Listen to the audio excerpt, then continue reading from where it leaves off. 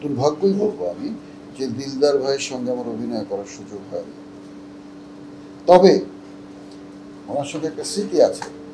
আমি টেলিভিশনে একটি নাটক করছিলাম, তো নাটকটার শর্ট ছিল এরকম বিটিভি, যে আমি রাস্তা থেকে নেমে একটা বাড়িতে ঢুকবো। তো শুটিংটা হচ্ছে, আমি রাস্তা থেকে নেমে একটা বাড়িতে ঢুকেছি, দেখি এটা দিলদার ভাইয়ের ড্রয়িং রুম। তো খুবই অবাক, এবং আমি যখনই ঢুকলাম দিলদার ভাই চুপ করে বসা ড্রয়িং রুমে।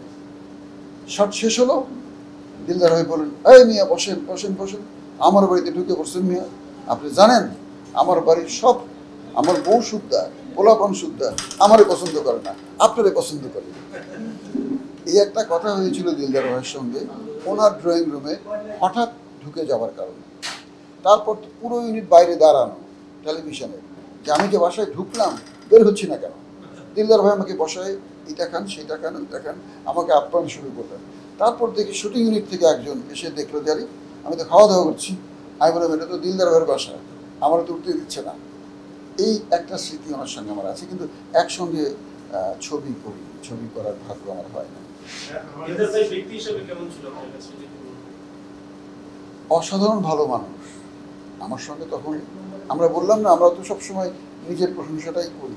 দিলদার ভাই বললেন যে আমাকে আমার বউ বাচ্চারা যতটা পছন্দ করে তার চাইতে আপনাকে বেশি পছন্দ করে, বসেন। তো এই যে আমাকে সম্মান দেখানো, হ্যাঁ, ওনার মতো একজন জনপ্রিয় অভিনেতা আমাকে যে তার চাইতে বড় অভিনেতা বানালেন, এটা তো অনেক উদার মনের পরিচয়।